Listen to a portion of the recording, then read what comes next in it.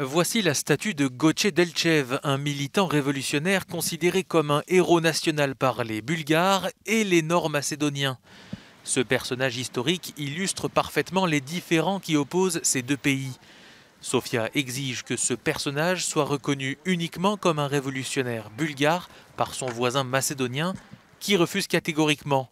Conséquence, la Bulgarie bloque les pourparlers d'adhésion de la Macédoine du Nord à l'Union européenne. Une commission mixte sur l'histoire mise en place par les deux pays ne trouve pas d'issue au problème. L'approche consistant à établir la vérité historique est un chemin qui mène à une catastrophe dans notre travail.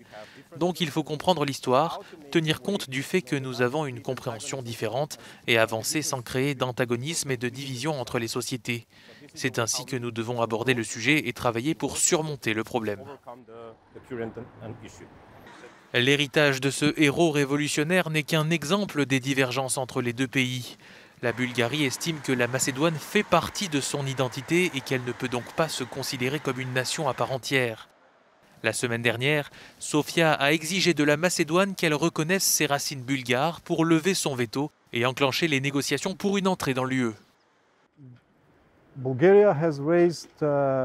La Bulgarie a soulevé certaines questions sur le texte du cadre de négociation en ce qui concerne le nom abrégé et la langue. Nous sommes prêts à fournir des explications qui permettront d'apaiser certaines des préoccupations en termes d'interprétation faites par rapport à ces segments du cadre de négociation.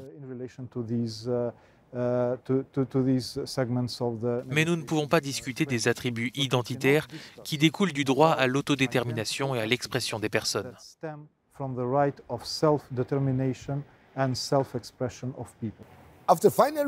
Après avoir enfin résolu un différend de longue date avec la Grèce sur son nom, la Macédoine du Nord voit maintenant ses ambitions européennes se heurter à de nouveaux obstacles de la Bulgarie.